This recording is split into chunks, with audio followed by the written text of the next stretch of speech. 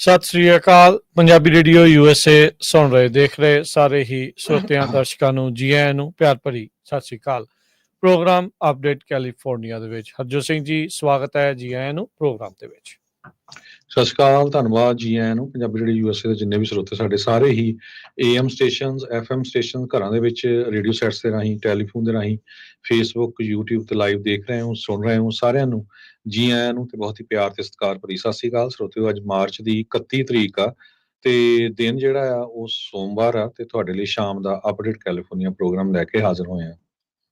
ਸਾਡੇ ਅੱਜ ਦੇ ਇਸ ਪ੍ਰੋਗਰਾਮ ਨੂੰ ਤੁਹਾਡੇ ਸਾਰਿਆਂ ਤੱਕ ਪਹੁੰਚਾਉਣ 'ਚ ਸਹਿਯੋਗ ਕਰਦੇ ਨੇ ਖਾਲਸਾ ਇੰਸ਼ੋਰੈਂਸ ਏਜੰਸੀ, ਜਿਨ੍ਹਾਂ ਦੇ ਕੋਲੋਂ ਹਰ ਇੱਕ ਤਰੀਕੇ ਦੀ ਇੰਸ਼ੋਰੈਂਸ ਕਰਵਾ ਸਕਦੇ ਹੋ।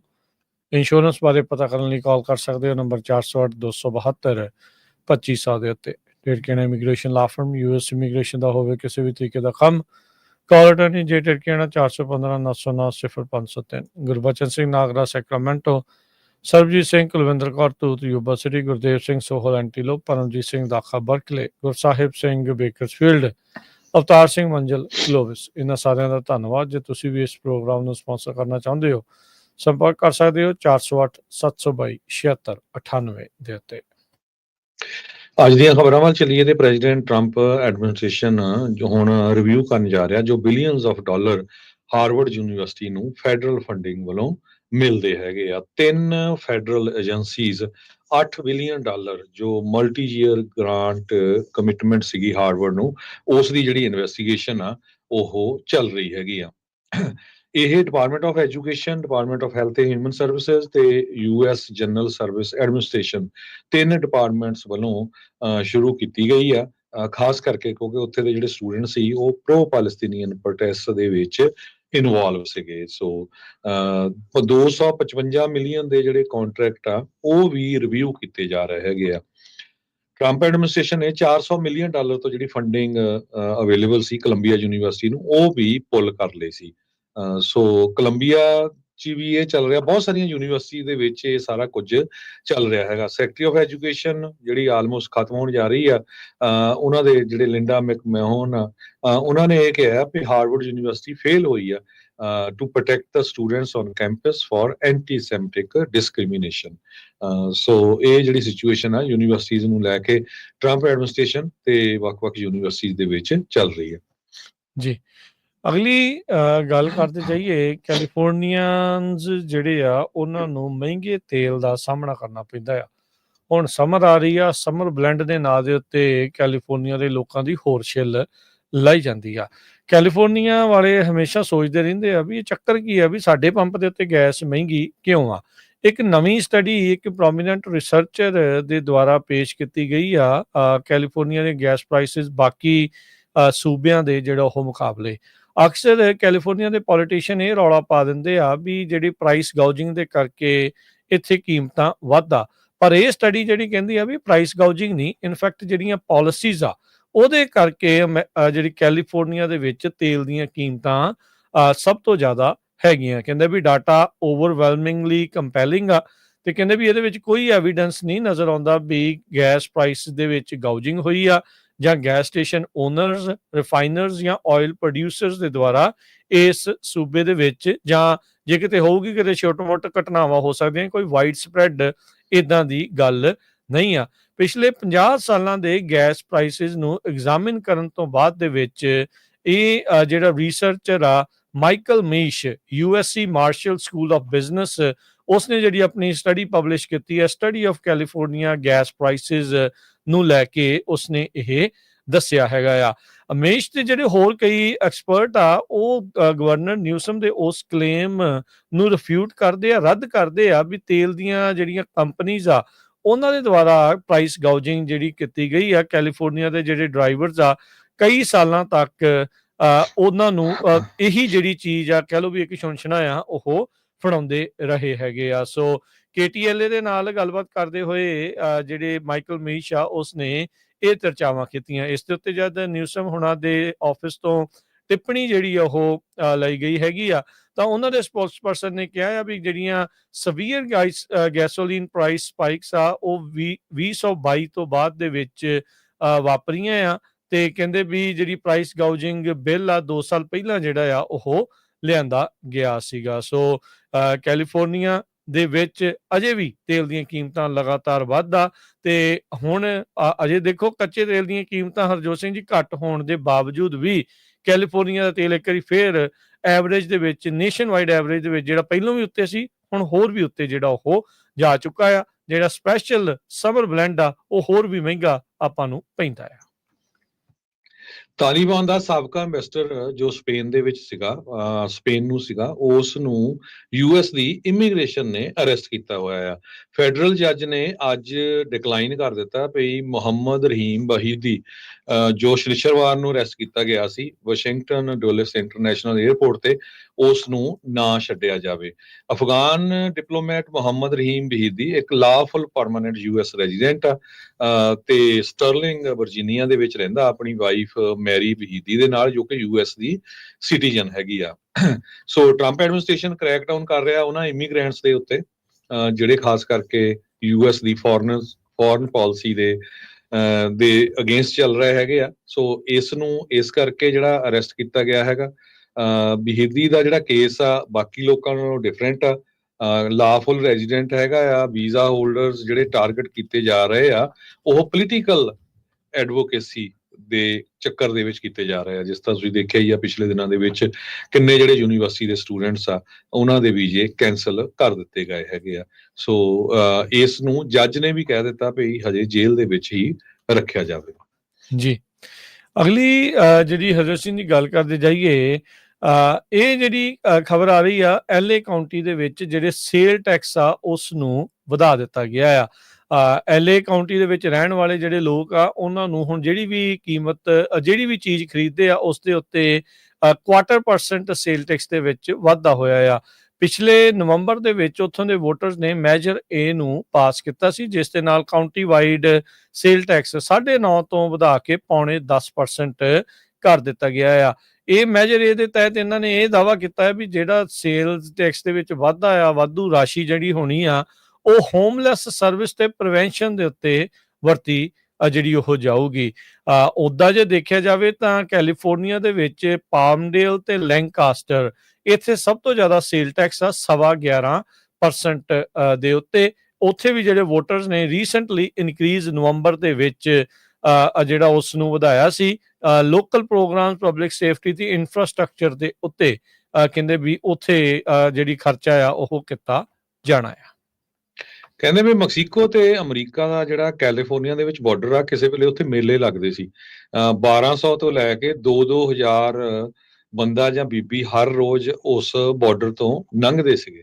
ਅੱਜ ਲਾਸ ਐਂਜਲਸ ਟਾਈਮਜ਼ ਰਿਪੋਰਟ ਕਰ ਰਹੀ ਆ ਵੀ ਉਹ ਆਲਮੋਸਟ ਐਮਪਟੀ ਆ।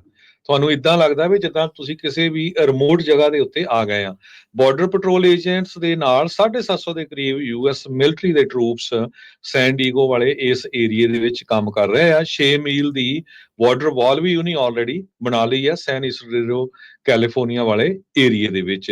ਬਹੁਤ ਸਾਰੇ ਜਿਹੜੀਆਂ ਕਈ ਆਰਗੇਨਾਈਜੇਸ਼ਨ ਸੀਗੀਆਂ ਉਹ ਹੈਲਪ ਕਰਦੀਆਂ ਸੀਆਂ ਜਦੋਂ ਲੋਕ ਕ੍ਰਾਸ ਕਰਕੇ ਆਉਂਦੇ ਸੀ, ਉਹਨਾਂ ਨੂੰ ਫੂਡ ਦੀ ਜਾਂ ਕੁਝ ਹੈਲਥ ਦੀ। ਉਹ ਸਾਰਿਆਂ ਨੇ ਆਪਣਾ ਬੋਰੀਆ ਬਿਸਤਰਾ ਜਿਹੜਾ ਆ ਉੱਥੋਂ ਗੋਲ ਕਰ ਲਿਆ ਹੈਗਾ।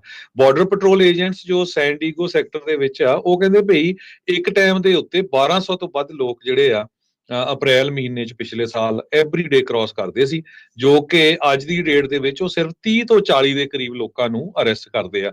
ਉਹਨਾਂ ਨੂੰ ਵੀ ਅਰੈਸਟ ਕਰਕੇ ਜਾਂ ਤਾਂ ਉੱਥੋਂ ਹੀ ਮੋੜ ਦਿੱਤਾ ਜਾਂਦਾ ਜਾਂ ਸਿੱਧੇ ਹੀ ਲੁਜ਼ੀਆਨਾ ਵਰਗੀਆਂ ਜਿਹੜੀਆਂ ਜੇਲ੍ਸ ਆ ਉੱਥੇ ਭੇਜਿਆ ਜਾ ਰਿਹਾ ਹੈਗਾ। ਸੋ ਟੋਟਲੀ ਜਿਹੜੇ ਬਿਜ਼ਨੈਸਸ ਵੀ ਆ, ਚਾਹੇ ਉਹ ਬਾਰਡਰ ਦੇ ਉਸ ਪਾਰ ਆ ਚਾਹੇ ਉਸ ਇਸ ਪਾਰ ਹੈਗੇ ਆ, ਉਹ ਆਲਮੋਸਟ ਕਹਿੰਦੇ ਐਮਟੀ ਆ ਤੇ ਬੰਦ ਹੋਣ ਦੇ ਕਿਨਾਰੇ ਪਏ ਹੋਏ ਆ। ਸਾਬਕਾ ਐਨਾਹਾਈਮ ਦੇ ਮੇਅਰ ਹੈਰੀ ਸਿੱਧੂ ਉਸ ਨੂੰ 2 ਮਹੀਨੇ ਦੀ ਸਜ਼ਾ ਸੁਣਾਈ ਗਈ ਆ। ਅਬਸਟਰਕਟਿੰਗ ਦੇ ਲਈ ਫੈਡਰਲ ਇਨਵੈਸਟੀਗੇਸ਼ਨ ਜਿਹੜੀ ਚੱਲ ਰਹੀ ਸੀ, ਜਿਹੜਾ ਸੇਲ ਹੋਈ ਸੀ ਐਂਜਲ ਸਟੇਡੀਅਮ ਉਸ ਦੇ ਬਾਬਤ। ਯੂਐਸ ਡਿਸਟ੍ਰਿਕਟ ਜੱਜ ਜੌਨ ਹੌਲਕੌਮ ਉਹਨਾਂ ਨੇ 28 ਮਾਰਚ ਨੂੰ ਇਸ ਮੇਅਰ ਹੈਰੀ ਸਿੱਧੂ ਆ ਉਸ ਨੂੰ ਸਜ਼ਾ ਸੁਣਾਈ ਹੈਗੀ ਆ। 2023 ਦੇ ਵਿੱਚ ਇਸਨੇ ਗਿਲਟੀ ਪਲੀ ਜਿਹੜਾ ਕਰ ਲਿਆ ਸੀਗਾ। ਦੇਖਿਆ ਜਾਵੇ 67 ਸਾਲਾ ਜਿਹੜੇ ਹੈਰੀ ਸਿੱਧੂ ਆ ਕਹਿੰਦੇ ਵੀ ਜਦ ਉਹਨਾਂ ਨੂੰ ਇਹ ਸਜ਼ਾ ਸੁਣਾਈ ਜਾ ਰਹੀ ਸੀ ਉਹਨਾਂ ਦੇ ਪਰਿਵਾਰਕ ਮੈਂਬਰਾਂ ਦੇ ਨਾਲ ਅਦਾਲਤ ਵਿੱਚ ਸੀਗੇ, ਕੋਈ ਉਸਨੇ ਰਿਐਕਸ਼ਨ ਨਹੀਂ ਦਿਖਾਇਆ ਹੈਗਾ। ਜੱਜ ਹੌਲਕੌਮ ਨੇ ਕੋਰਟ ਦੇ ਜਿਹੜੇ ਫੈਸਲੇ ਸੁਣਾਉਂਦੇ ਹੋਏ ਕਿਹਾ ਵੀ ਕਹਿੰਦੇ ਵੀ ਮੈਂ ਮੰਨਦਾ ਆ ਮੈਂ ਬਿਲੀਵ ਕਰਦਾ ਵੀ ਜਿਹੜਾ ਡਿਫੈਂਡੈਂਟ ਆ ਇਸਨੇ ਸਿਟੀ ਆਫ ਐਨਾਹਾਈਮ ਦੇ ਨਾਲ ਧੋਖਾ ਕੀਤਾ, ਇਸ ਨੂੰ ਬਿਟਰੇ ਕੀਤਾ ਹੈ ਜਦ ਇਹ ਐਜ਼ ਅ ਮੇਅਰ ਸਰਵ ਕਰ ਰਿਹਾ ਸੀਗਾ। ਫੈਡਰਲ ਪ੍ਰੋਸੀਕਿਊਟਰਸ ਦੇ ਦੁਆਰਾ ਜਿਹੜੇ ਹੈਰੀ ਸਿੱਧੂ ਆ ਉਸ ਉੱਤੇ ਇਹ ਦੋਸ਼ ਸੀਗੇ ਵੀ ਉਸਨੇ ਜਿਹੜੀ ਕੌਨਫੀਡੈਂਸ਼ੀਅਲ ਸਿਟੀ ਇਨਫੋਰਮੇਸ਼ਨ ਆ ਉਹ ਜਿਹੜੇ ਐਂਜਲਸ ਦੇ ਕੰਸਲਟੈਂਟ ਆ ਉਸ ਨੂੰ ਦੇ ਦਿੱਤੀ ਸੀ ਜਦ ਸਟੇਡੀਅਮ ਦੀ ਸੇਲ ਹੋਣੀ ਸੀਗੀ। ਉਸ ਤੋਂ ਬਾਅਦ ਦੇ ਵਿੱਚ ਕਹਿੰਦੇ ਵੀ ਇਹਨਾਂ ਨੇ ਈਮੇਲਸ ਤਾਂ ਉਦਾਂ ਡਿਲੀਟ ਕੀਤੀਆਂ, ਪਰ ਉਹ ਜਿਹੜੀਆਂ ਡਿਲੀਟ ਕੀਤੀਆਂ ਈਮੇਲਸ ਲੱਭ ਗਈਆਂ ਤੇ FBI ਨੂੰ ਝੂਠ ਬੋਲਿਆ ਸੀਗਾ।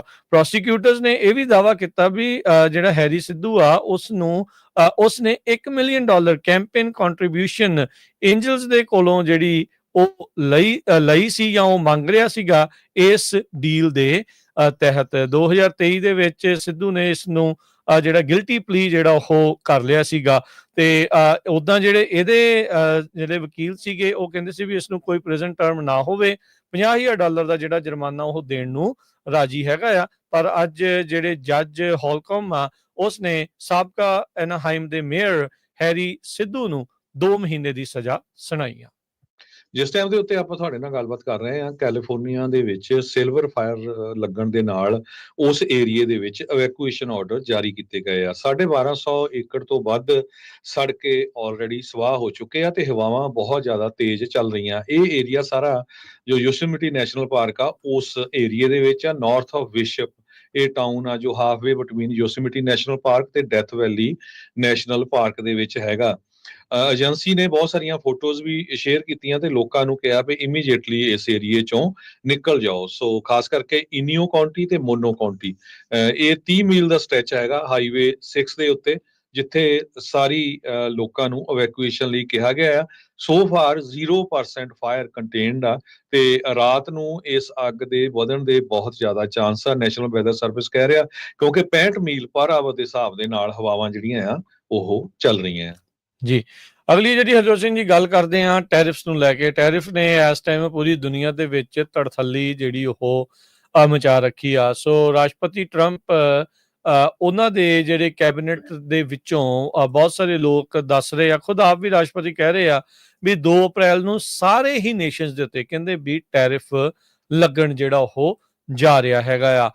ਇਸੇ ਦਰਮਿਆਨ ਟਰੰਪ ਟੈਰਿਫਸ ਦੇ ਦੌਰਾਨ ਇੱਕ ਡਰਟੀ 15 ਕੰਟਰੀਜ਼ ਜਾਂ ਡਰਟੀ 15% ਦਾ ਜਿਹੜਾ ਜ਼ਿਕਰ ਹੋਣਾ ਸ਼ੁਰੂ ਹੋਇਆ ਆ। ਜਿਹੜੇ ਟ੍ਰੈਜਰੀ ਸਕੱਤਰ ਸਕਾਟ ਬਸੈਂਟ ਉਹਨਾਂ ਨੇ ਸਿਗਨਲ ਕੀਤਾ ਵੀ ਇਹ ਜਿਹੜੇ 15 ਕੁ ਮੁਲਕ ਆ ਜਿਨ੍ਹਾਂ ਦੇ ਨਾਲ US ਬਹੁਤ ਜ਼ਿਆਦਾ ਹੈਵੀ ਟ੍ਰੇਡਿੰਗ ਕਰਦਾ ਆ, ਉਹ ਅਮਰੀਕਾ ਦੇ ਉਤਪਾਦ ਨੂੰ ਚੰਗਾ ਛਿੱਲਦੇ ਆ ਤੇ ਉਸ ਉੱਤੇ ਬਹੁਤ ਜ਼ਿਆਦਾ ਟੈਕਸ ਲਗਾਉਂਦੇ ਨੇ ਤੇ ਕਹਿੰਦੇ ਵੀ ਇਹਨਾਂ ਨੂੰ ਵੀ ਅਸੀਂ ਇਸ ਦੇ ਵਿੱਚ ਸਬਕ ਸਿਖਾਉਣਾ ਹੈਗਾ ਆ। ਸੋ ਕਹਿੰਦੇ ਵੀ ਰੈਸੀਪ੍ਰੋਕਲ ਟੈਰਿਫਸ 2 ਅਪ੍ਰੈਲ ਲਿਬਰੇਸ਼ਨ ਡੇ ਵਾਲੇ ਦਿਨ ਆ ਰਹੇ ਨੇ। ਸੋ ਇਸ ਦੇ ਵਿੱਚ ਜੇ ਹਰਜੋਤ ਸਿੰਘ ਜੀ ਜ਼ਿਕਰ ਕਰਦੇ ਜਾਈਏ, ਇਹ 15% ਦਾ ਜਿਹੜਾ ਰੌਲਾ ਆ ਡਰਟੀ 15 ਦਾ, ਵੀ ਇਹ ਉਹ ਮੁਲਕ ਨੇ ਜਿਸ ਦੇ ਨਾਲ US ਦੀ ਬਲਕ ਟ੍ਰੇਡਿੰਗ ਵੋਲਿਊਮ ਜਿਹੜੀ ਉਹ ਹੁੰਦੀ ਆ ਤੇ ਉਹ ਹੈਫਟੀ ਟੈਰਿਫਸ ਇੰਪੋਜ਼ ਕਰਦੇ ਨੇ, ਜਦ ਕਿ ਅਮਰੀਕਾ ਦੇ ਵਿੱਚ ਉਹਨਾਂ ਦੇ ਉਤਪਾਦ ਉੱਤੇ ਬਹੁਤ ਹੀ ਘੱਟ ਜਿਹੜਾ ਟੈਰਿਫ ਜਾਂ ਕਈ ਮਾਮਲਿਆਂ ਵਿੱਚ 0% ਜਿਹੜਾ ਟੈਰਿਫ ਆ ਉਹਨਾਂ ਉੱਤੇ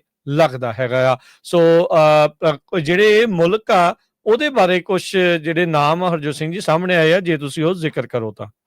ਜੀ ਬਿਲਕੁਲ, ਉਹਨਾਂ ਦੇ ਵਿੱਚ ਮੋਸਟਲੀ ਅਮਰੀਕਾ ਦੇ ਜਿਹੜੇ ਫਰੈਂਡਲੀ ਮੁਲਕੇ ਸੀਗੇ, ਯੂਰਪੀਅਨ ਯੂਨੀਅਨ ਦੇ ਮੁਲਕ ਆ, China, Mexico, Vietnam, Ireland, Germany, Taiwan, Japan, south Korea, Canada, India, Thailand, Italy, Switzerland, Malaysia, Indonesia, France, Austria ਤੇ ਸਵੀਡਨ।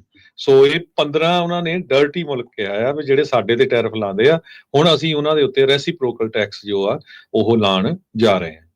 ਜੀ, ਸੋ ਡਰਟੀ 15 ਦਾ ਜਿਹੜਾ ਖਾਸਾ ਰੌਲਾ ਜਿਹੜਾ ਉਹ ਪਿਆ ਆ ਉਧਰ, ਜਿਹੜਾ ਹਰਜੋਤ ਸਿੰਘ ਜੀ ਕੁਛ ਮੁਲਕਾਂ ਦੀ ਇੱਧਰ ਉੱਧਰ ਹੋਣ ਦੇ ਨਾਲ ਇੱਕ ਗਰੁੱਪ ਆਫ 20 ਮੁਲਕਾਂ ਦਾ ਵੀ ਨਾਮ ਜਿਹੜਾ ਉਹ ਜ਼ਿਕਰ ਜਿਹੜਾ ਇਸ ਦੇ ਵਿੱਚ ਚੱਲ ਰਿਹਾ ਹੈ, ਜਿਹਦੇ ਵਿੱਚ Argentina, Australia, Brazil, Canada, China, European union, India, Indonesia, Japan, Korea, Malaysia, Mexico, Russia, Saudi Arabia, south Africa, Switzerland, Taiwan, Thailand, turkey, UK ਤੇ ਵੀਅਤਨਾਮ ਜਿਹੜਾ ਉਹ ਸ਼ਾਮਲ ਹੈਗਾ ਆ। ਸੋ ਕਹਿੰਦੇ ਵੀ ਇਹ ਉਹ ਇਕਨੋਮੀਜ਼ ਆ ਜਿਨ੍ਹਾਂ ਦੇ ਨਾਲ ਅਮਰੀਕਾ ਦੇ ਸਭ ਤੋਂ ਵੱਡੇ ਟ੍ਰੇਡ ਡੈਫਿਸਿਟ ਹੈਗੇ ਨੇ। ਵੀ ਟ੍ਰੇਡ ਉਧਰੋਂ ਜਦੋਂ ਇੱਧਰ ਨੂੰ ਆਉਂਦਾ ਹੈ ਤਾਂ ਉਹ ਸਮਾਨ ਜ਼ਿਆਦਾ ਹੈ ਤੇ ਅਮਰੀਕਾ ਤੋਂ ਉਧਰ ਨੂੰ ਘੱਟ ਘੱਲਿਆ ਜਾਂਦਾ ਆ। ਸੋ ਸਵੇਰੇ ਵੀ ਆਪਾਂ ਲੰਮੀ ਚੌੜੀ ਇਸ ਦੇ ਉੱਤੇ ਚਰਚਾ ਜਿਹੜੀ ਉਹ ਕੀਤੀ ਸੀ ਵੀ ਕਿਸ ਤਰੀਕੇ ਦੇ ਨਾਲ ਭਾਰਤ ਨੂੰ ਲੈ ਕੇ ਜੇ ਆਪਾਂ ਗੱਲ ਕਰੀਏ ਤਾਂ ਜਿਹੜੀ ਐਗਰੀਕਲਚਰ ਦੇ ਉਤਪਾਦ ਜਾਂ ਐਗਰੀਕਲਚਰ ਦੀ ਜਿਹੜੀ ਵਿੰਡੋ ਆ ਉਸ ਦੇ ਉੱਤੇ ਐਕਸਪੋਰਟ ਇੰਪੋਰਟ ਨੂੰ ਦਰਵਾਜ਼ਾ ਜਿਹੜਾ ਅਮਰੀਕਾ ਉਹ ਖੋਲ੍ਹਣਾ ਚਾਹੁੰਦਾ ਆ।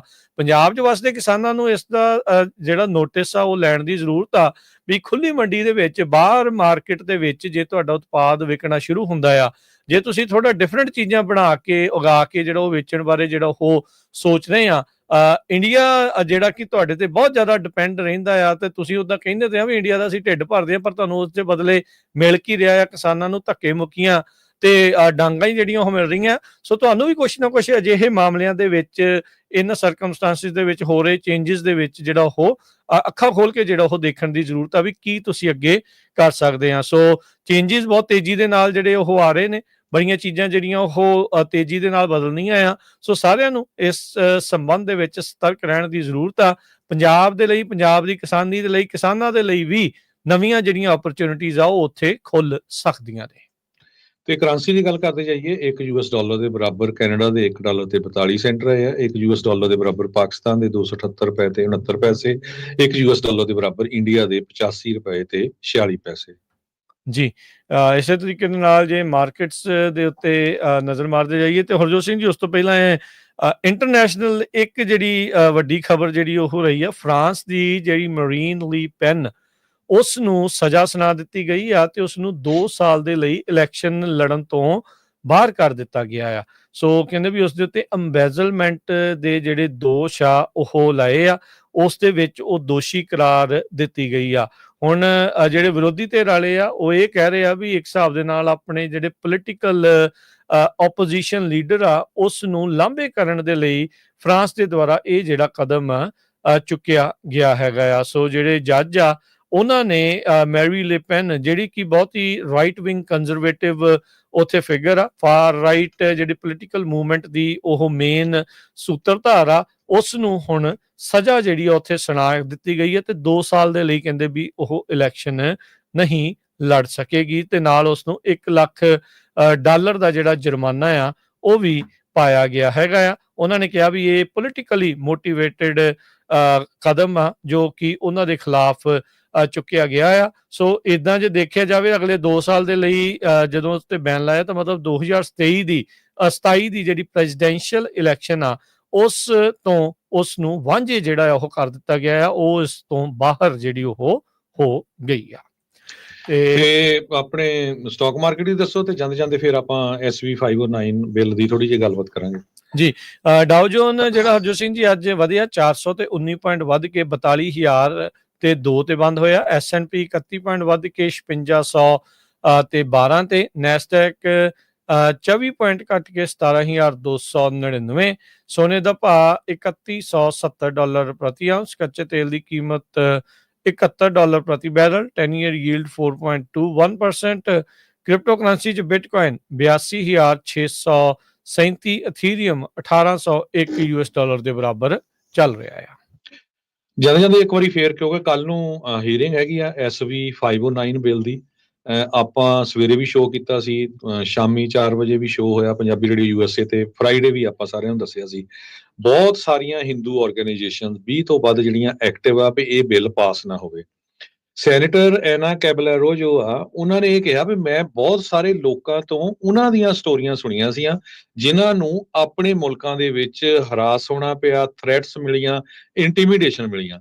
ਮੁੜ ਕੇ ਜਦੋਂ ਅਮਰੀਕਾ 'ਚ ਆ ਗਏ, ਅਮਰੀਕਾ ਦੇ ਸਿਟੀਜ਼ਨ ਬਣ ਗਏ, ਸੇਮ ਚੀਜ਼ ਇੱਥੇ ਉਹ ਸੇਮ ਵਾਪਰ ਰਹੀ ਹੈਗੀ ਆ। ਸੋ SV 509 ਇਸ ਬਿੱਲ ਦਾ ਮੇਨ ਮਕਸਦ ਇਹੀ ਆ ਵੀ ਪ੍ਰੋਟੈਕਟ ਕਰਨਾ ਫਰੀडम, ਸੇਫਟੀ ਤੇ dignity of those who call California home.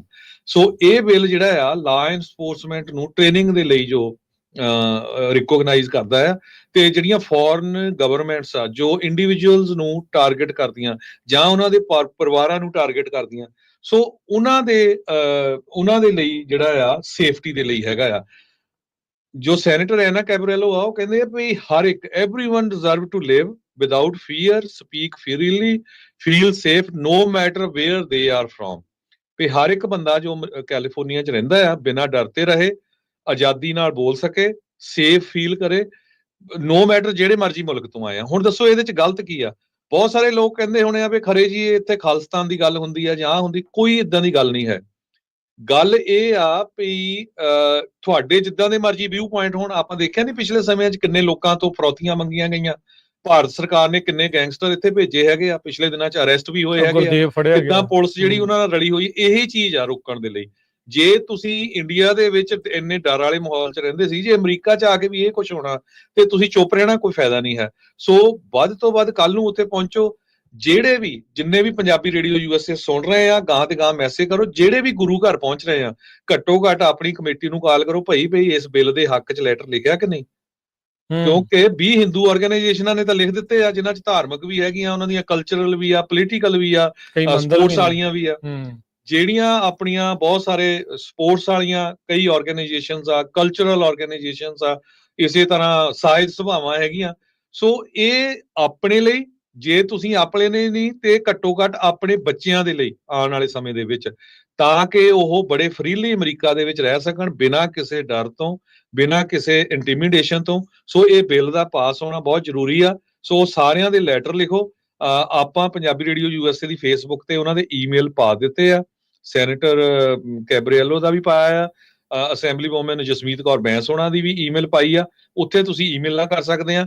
ਬਾਕੀ ਵੱਡੀ ਗਿਣਤੀ ਦੇ ਵਿੱਚ ਕੱਲ ਨੂੰ ਜੋ ਸੈਕਰਾਮੈਂਟੋ ਸਟੇਟ ਕੈਪੀਟਲ ਆ, ਉੱਥੇ ਜਿੱਥੇ ਹੀਅਰਿੰਗ ਹੋਣੀ ਆ, ਪਲੀਜ਼ ਵੱਧ ਤੋਂ ਵੱਧ ਜਿਹੜਾ ਪਹੁੰਚੋ। ਇਹ ਵੀ ਪਤਾ ਚੱਲ ਰਿਹਾ ਵੀ ਕਈ ਗੁਰੂ ਘਰਾਂ ਤੋਂ ਬੈਨਾਂ ਵੀ ਜਾ ਰਹੀਆਂ ਆ। ਸਾਡੇ ਤਾਈਂ ਕੋਈ ਇਨਫੋਰਮੇਸ਼ਨ ਨਹੀਂ ਆਈ, ਏਦਾਂ ਹੀ ਇੱਕ ਦੂਜੇ ਤੋਂ ਪਤਾ ਲੱਗਾ ਹੈਗਾ। ਸੋ ਆਪਾਂ ਤਾਂ ਇਹ ਬੇਨਤੀ ਕਰ ਸਕਦੇ ਹਾਂ ਵੀ ਭਾਈ ਸਾਡਾ ਸਾਰਿਆਂ ਦਾ ਫਰਜ਼ ਬਣਦਾ ਹੈਗਾ। ਸੋ ਇਸ ਬਿੱਲ ਨੂੰ ਜਿਹੜਾ ਪਾਸ ਕਰਾਈਏ, ਕਿਉਂਕਿ ਪਿਛਲੀ ਵਾਰੀ ਇਹ ਫੇਲ ਹੋ ਗਿਆ ਸੀ। ਸੋ ਇਸ ਵਾਰੀ ਬਹੁਤ ਜ਼ਰੂਰੀ ਆ। ਇਸ ਵਾਰੀ ਜਿਹੜਾ ਇਸ ਬਿੱਲ ਦਾ ਵਿਰੋਧ ਜੋ ਕਰ ਰਿਹਾ ਆ, ਉਹ ਬਹੁਤ ਜ਼ੋਰ ਦੇ ਨਾਲ ਵਿਰੋਧ ਕਰ ਰਹੇ ਹੈਗੇ ਆ। ਜੀ ਬਿਲਕੁਲ, ਤੁਸੀਂ ਈਮੇਲ ਜਿਹੜੀ ਆ ਇਸ ਦੀ ਸਪੋਰਟ ਦੇ ਵਿੱਚ ਜਿਹੜਾ ਉਹ ਘੱਲ ਸਕਦੇ ਆ।